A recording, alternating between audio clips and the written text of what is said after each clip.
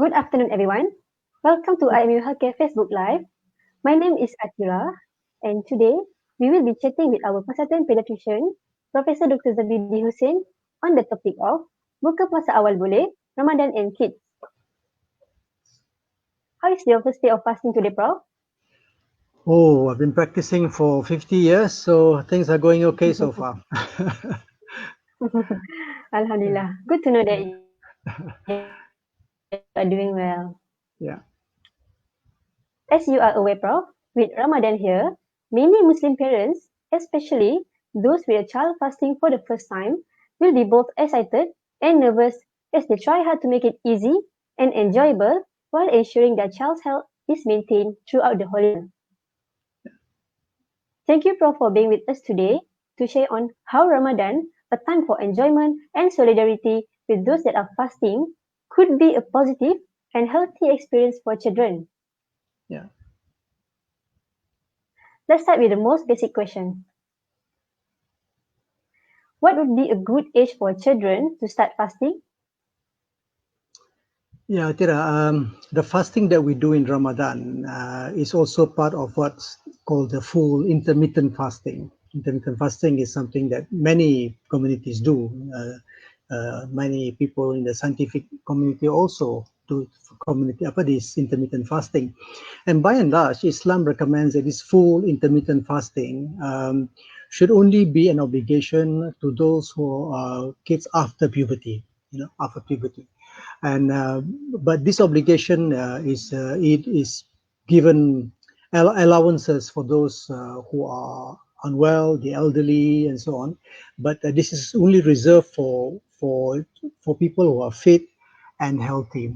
And as you all know, this obligation is not mandatory to many groups of people, the travelers, the elderly, pregnant women, those who are breastfeeding their babies, travelers, and so on. They're not obligated to undertake this fasting.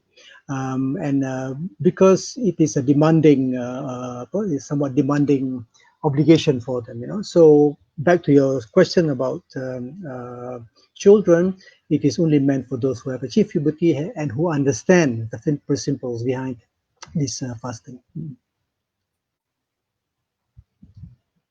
Okay, I Yeah.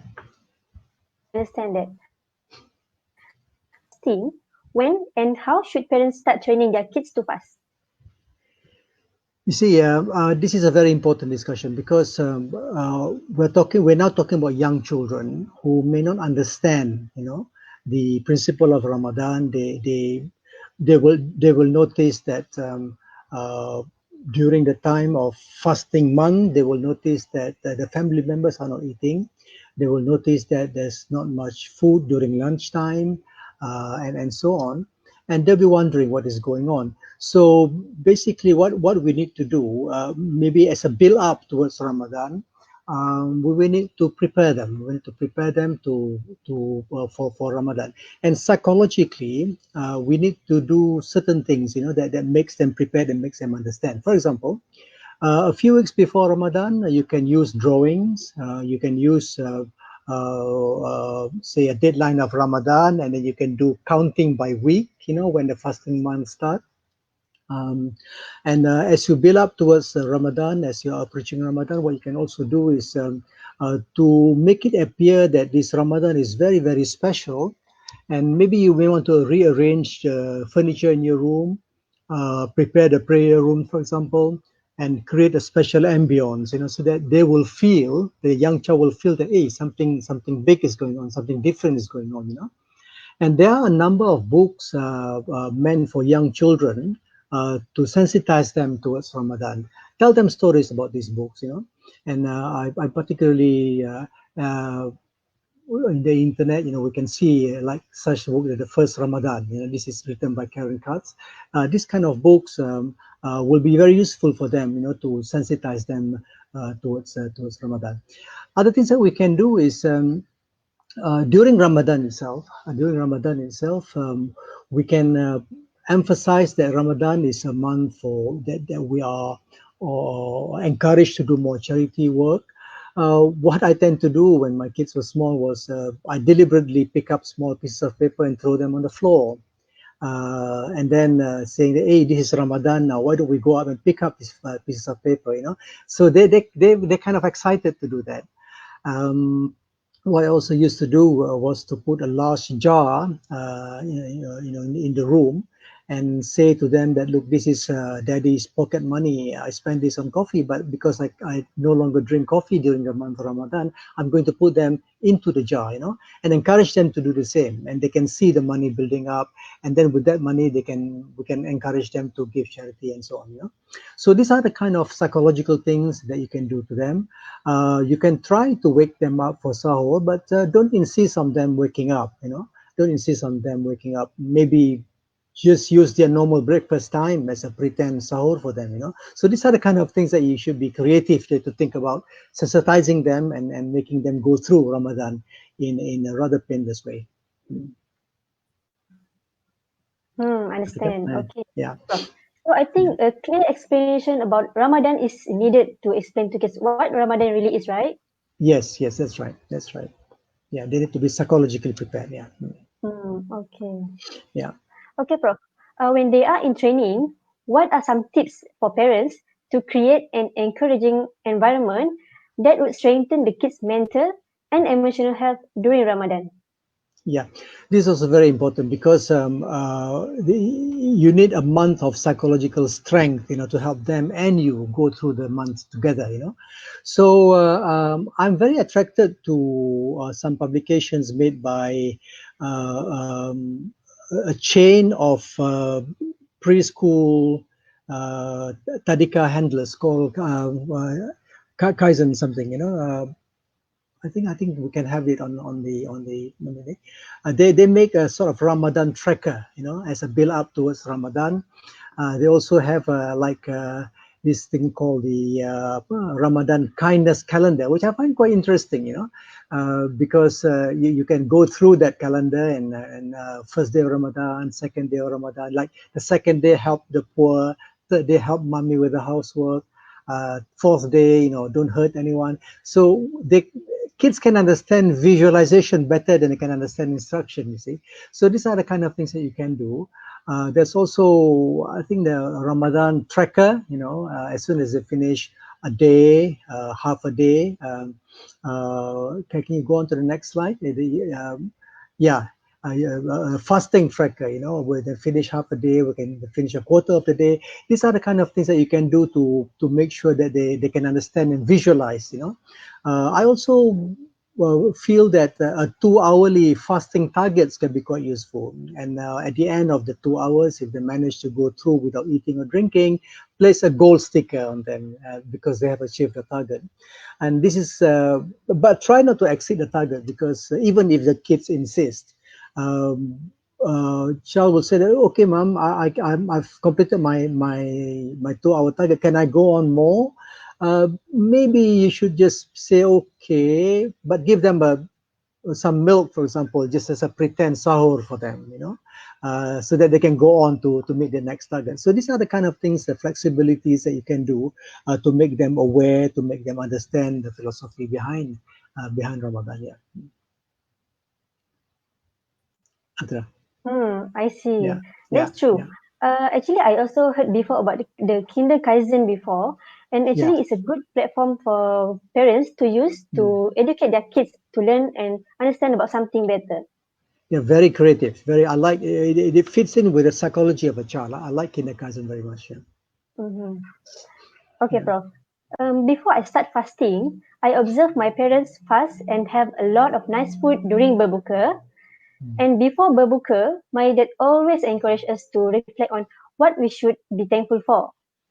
Then there is also going to Tarawih. Mhm. That was my understanding of what Ramadan was during I was a kid, which Yeah. is of course gradually changed as I grew older. Yes. So parents sometimes take it for granted that their kids understand what fasting is all about. Yeah. Maybe Yeah. you can share how you explain the wonderful blessed month of Ramadan to your kids. Yeah. Yeah. The overarching principle is that kids do not understand verbal communication only. That verbal communication must be supplemented by visual, must be supplemented by the feeling of it. All right. So this is the principle, a very big overall principle that we should understand.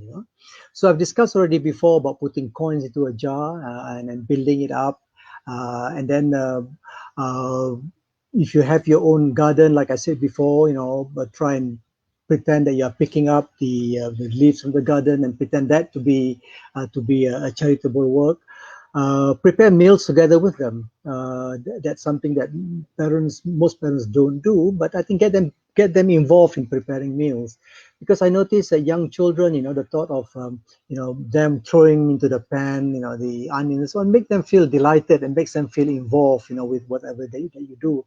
And I also find previously that, whenever there is a cleaner, cleaning the street, make them rush into the home, get the money from the jar and give to the cleaner. And they will really enjoy the pat, being given by the cleaners to the kids. So these are the kind of visual, and that's something they can feel, the immediate reward that they get and so on from interacting with a person, and they can get the immediate reward from the charity that they are doing.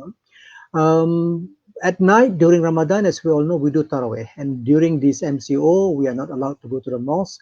And I think it's a very good opportunity now for us to be with our family, maybe create a special slot for them, draw a line for them to sit, put drinks beside them. And sometimes the young ones carry them with you when you're following the Taraweh prayer. That closeness, that feeling of family, I think helps a lot, in making them understand the whole period of Ramadan. That's great. So parents out there, don't forget to take note on this, alright? Yeah. Okay, Prof. It is recommended in Islam that dates are consumed when breaking fast. Yeah. Some kids may not like dates. Should parents persuade kids to take dates? Persuade, yes, but forcing or definite no. It's not good to have an unhappy child during mealtime. That's always a principle behind child development. They should be happy, but it is important for them not to make them drink too much, because as we all know, when you drink too much, you will not have food. There are certain tricks. Sometimes we put the whole water in a cup, full cup, and we say don't drink too much. Kids probably don't understand what is too much, how much is too much. So what I tend to do is just to put the smaller cups and fill it up. Fill up a small cup and say to them, drink it until you finish it, because they're finishing a small cup, so it's okay for you. So I think these are the kind of things that we should try to understand them, and try to understand the psychology, basically. Yeah. And again, like I said before, kids don't understand the instruction no. They don't understand that. So yeah, the instinct will be why not, so do that and they'll probably understand better why they should be drinking little and not much. Yeah, how I about you see. again? Yeah. I remember when I was in training, I used to curi-curi minum ice syrup with my brother while my mom not Haha. seeing. Okay, Prof. So when I was in training also, I did not Yeah. really want to eat during berbuka and tend to just drink a lot. Oh. Instead, I load up during more, then get Uh-huh. sleepy and straight away go to bed. So does this impact kids' health? You drink a lot and you don't want to eat, and you eat a lot of more and you go to bed. Oh, that's not good, Atira. What we need to do is we need to have a small meal during the. I mean, have a piece of date and a small drink during the buka puasa, and then you go for Maghrib prayers. Go for Maghrib prayers, and by the time you finish your prayer, you'll be hungry again. Then you have your proper meal then. And after the meal, then that's it. So, and then you have the more small amount again, because it is not good to have big more just before mealtime. A big meal before mealtime. That's not good. That's not healthy. Okay, Prof. I will take a note on that. Yeah. Okay. But you're Okay. still healthy now. You're still healthy now, so that's okay. Hopefully. All right. Yeah. Okay. For me, sleep is Mm. more precious than food. Uh-huh. So when I wake up for sahur, I usually just drink water, then go Uh-huh. back to sleep. All right. And also, I do not have that much appetite. Okay. So does waking kids up for sahur increase their success rate to last throughout the day? Yeah, realistically, it's very difficult to wake them up. Even the big ones, it's very difficult to wake them up. Um, I think you can try. The young ones, just try once or twice. If they don't wake up, make their normal breakfast as their sahur. They're not obligated to fast anyway. So pretend that the breakfast that they take normally as a sahur for them, and then give them 2 hours before the next meal. So that will be basically much more kinder for them. Mm. I like that pretend sahur for kids, that one. Yeah, that's a pretend sahur. Yeah, yeah. Yeah. Okay, Prof. So, how could parents manage kids that are on medications such as inhaler or Mhm. diabetes medication during Ramadan? Yes, as you know, if we're talking about older child who's obligated to fast, we'll start with that category first. An older child who's obligated to fast after puberty. As we all know, the ordinary inhaler that I'm showing to you now, as soon as you press on the inhaler, if you put it in your mouth, a lot of the powder will get into the throat, and you will swallow the powder. So that's not quite nice. In during a Ramadan kind of environment. So what you can do is to have something like this, to make a hole in that and just put the inhaler inside there. And when you do that, you can basically hold over the nose and mouth, and you can breathe in. So the chances of that powder getting into the gut is less. The chance of that powder getting into the lung is more. So I think that would be a good way to deal with chronic illness like asthma. Diabetes is a bit more difficult to handle because diabetic children who has achieved puberty, it will depend on the diabetic control before Ramadan. If the diabetes control is very, very good already, and you do not anticipate any problems, then perhaps you can let them fast. But you really need to get guidance from your doctors. If the diabetes control has been poor before that anyway, so I think the chances of failure to complete Ramadan is more. Maybe for those kind of group of children, Ramadan should not be obligatory for them. Indeed, the religion as well has given permission for these children to not to fast. Mm. So maybe we can also give try to kids for fasting, right? Even they're having some chronic illness, right? Yeah, give a trial. Yeah. Mm. Mm. Okay, Mm. Prof. How to differentiate between kids complaining about stomach pain due to hunger and that with onset gastric? No, that's difficult to differentiate. A child will complain, "Mommy, my tummy hurts." Should be attended to. So if they've done an hour or almost 2 hours of fasting, if you like, best to just to break the fast, give them some milk. But if the tummy pain perseveres, then I think we should look into it more seriously. But chances are that when they're fasting, they feel hungry, they say that tummy hurts, you give them something to eat, that the tummy ache goes away. And that's normally the case. Normally the case. Yeah. So Mm. basically, we cannot put so much pressure to the kids, right? No, no, no, not at all. Not at all. Not at all. Mm. Okay. Okay, Prof. Should parents reduce physical activities in general, like Mhm. sports or outdoor games, exercise during Ramadan? Definitely, definitely. Outdoor games should be minimized. You can do a lot of indoor games. There's so many indoor games that you can do. Try to reduce exposure to which will make them dehydrated and so on. So yeah, we should limit the number of physical activities outdoor as much as possible, and stay indoors and in the shade. Yeah. I see. Usually 1 hour before buka puasa is the longest time for me. So Yeah. while waiting for buka puasa, what are some fun things to do with your kids to shorten their waiting time? Yeah. Again, we're talking about younger children now. The fun things that has been illustrated earlier is still very relevant. Basically, just create some fun environment. There's no limit to what you can do based on your creativity, inside the house. But one thing which I find about children, having a number of children myself, 7 in total. I find that over the years, kids do not like being spied upon. They don't like us sort of, constantly watching them and so on. They get very uncomfortable. And even with us, if we continue to do that, there is a chance that we may find something wrong. There is a chance that we may shout at them, especially when we are hungry. So I think the best thing is just to give them time on their own. Sometimes, check on them intermittently, and don't just constantly spy on them. They don't like it. You know, if it's a big family with the siblings, let them go get on with the siblings and play with the siblings without us necessarily just barging in and continuously make corrections for what they do. Yeah. Okay, Prof. Since we're still under MCO, with kids Hmm. being at home at this time for first timers, would this mean there is higher rate for them to complete their fast successfully?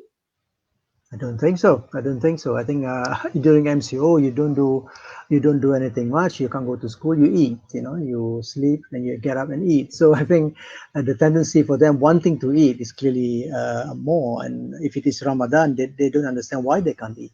So basically, I think like I said before, you try not to spy on them all the time. If they feel that they are hungry and ready to eat, the younger ones, yeah, get them to extend a bit more, just 5 minutes more, 10 minutes more, fine, but be reasonable with them, and just follow their tempo. Oh, that's the best formula for success, I find. Don't scold them, don't continuously spy on them. That's a big issue with children. Mm. Okay, Prof. Thank you. Yeah. That's Okay. all the questions from me. Yeah. Let's go to the questions from viewers. Uh-huh. Do we have questions from viewers? Yes. So first we have from Syed Nur Fahmi Effendi. Okay. My friend is a homemaker and her son has mild autism.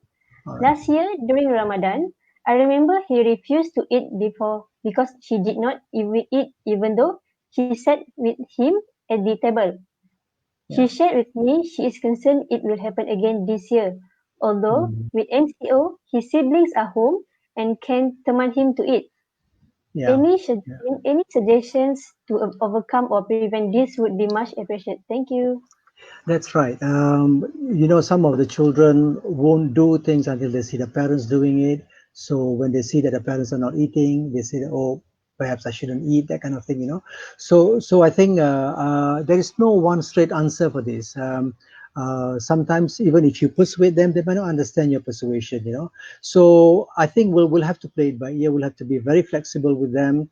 Uh, Chances are that with children, chances are that they will eat eventually if they are hungry. They will. So maybe we can just leave it for 10 minutes, leave it for half an hour, leave it for 1 hour, and then offer them again. Chances are that with kids, they will eat when they are hungry.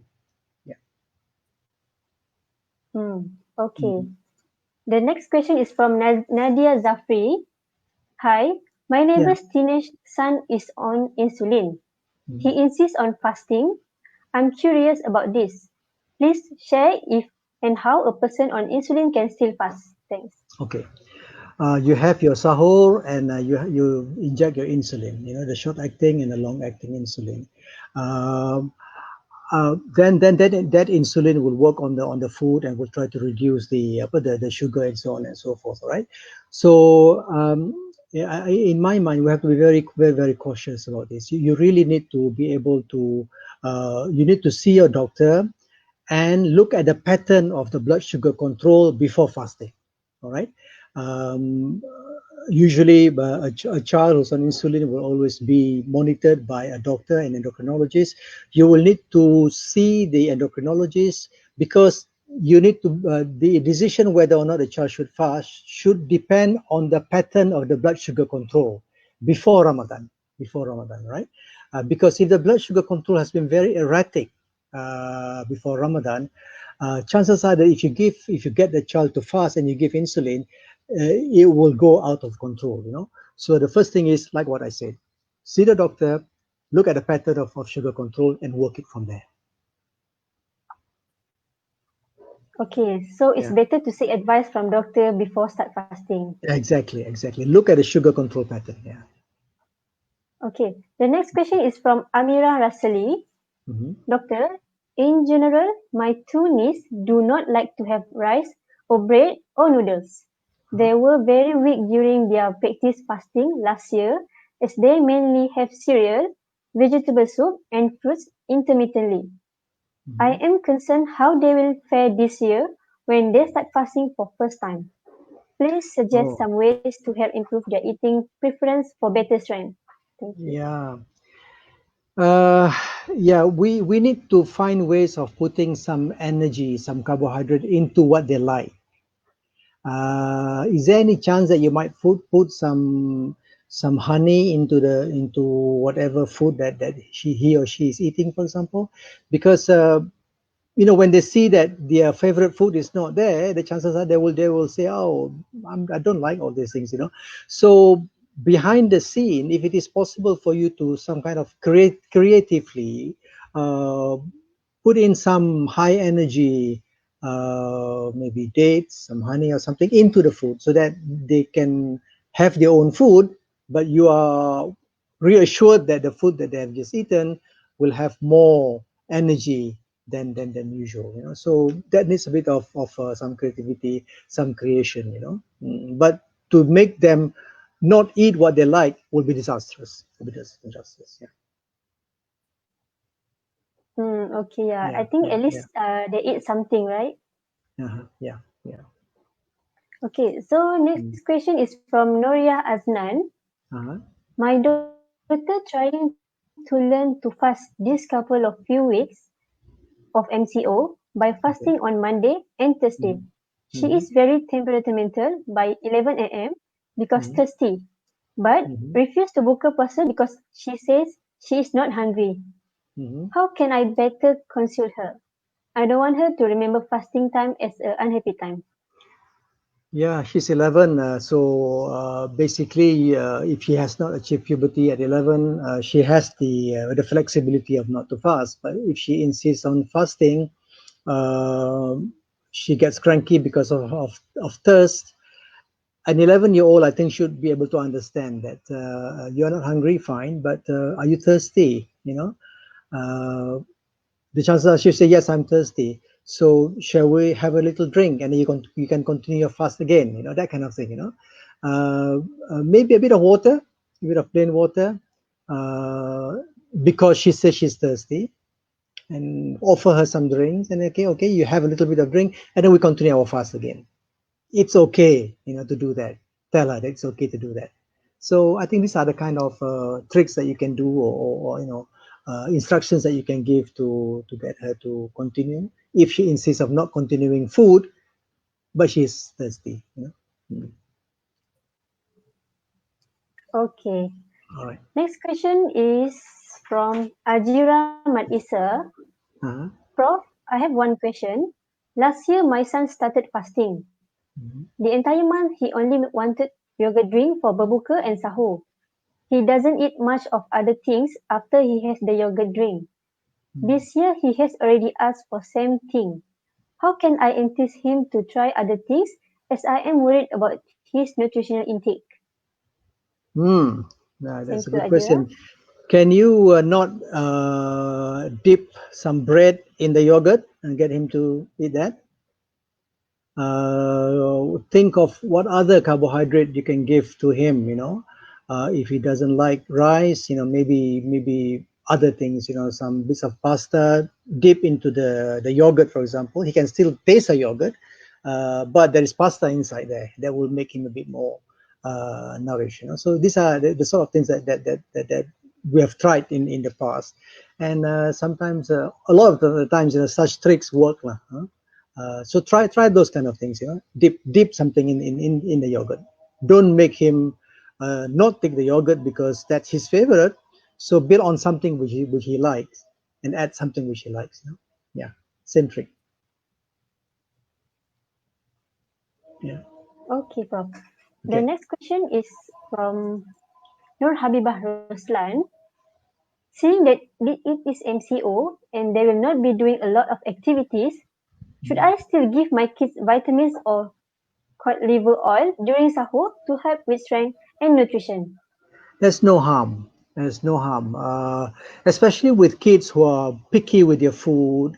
This kind of vitamins, the multivitamins, the liver oil helps them. There is no doubt about it. So there is no harm giving it. Yeah, I would if I were you.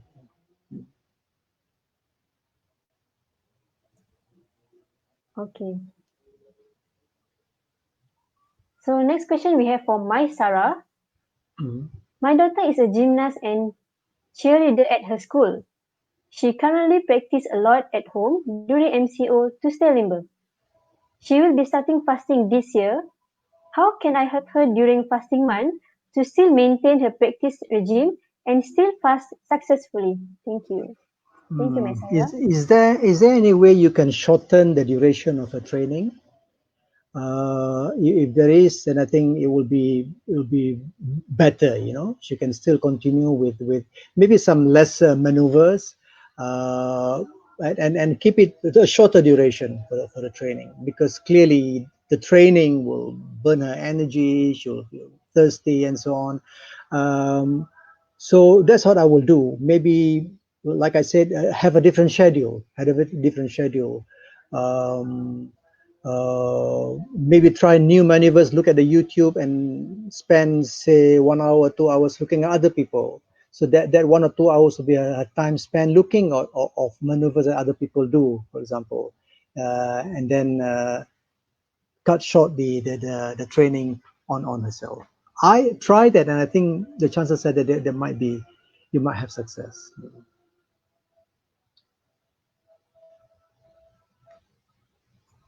Thank you, Prof. That is all we have time for today. All Prof. right. Zabidi would be answering your questions offline. Do stay tuned for the answers. Before we end, any final words, Prof? Final words from me. I really like the philosophy of Ramadan. The thought of hunger, and that hunger is shared with at least 1 billion other people in the whole world, and that hunger is also shared with other less fortunate people in the entire world, makes us feel humble, and I think that fits in the philosophy of Ramadan very, very nicely. And in addition to that, the charity that you give to people, helping people smile and so on, really, it's a very, very nice philosophy. I like it very much. Yeah. Mm. Tira? That is all from us today. Do Yeah. like and share this video so all children who are fasting this Ramadan would be able to experience it as a time for enjoyment and solidarity with all others who are fasting, creating a positive and healthy experience for them.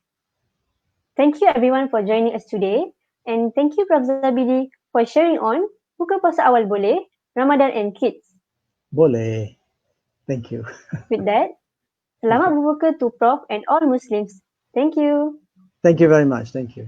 Bye bye.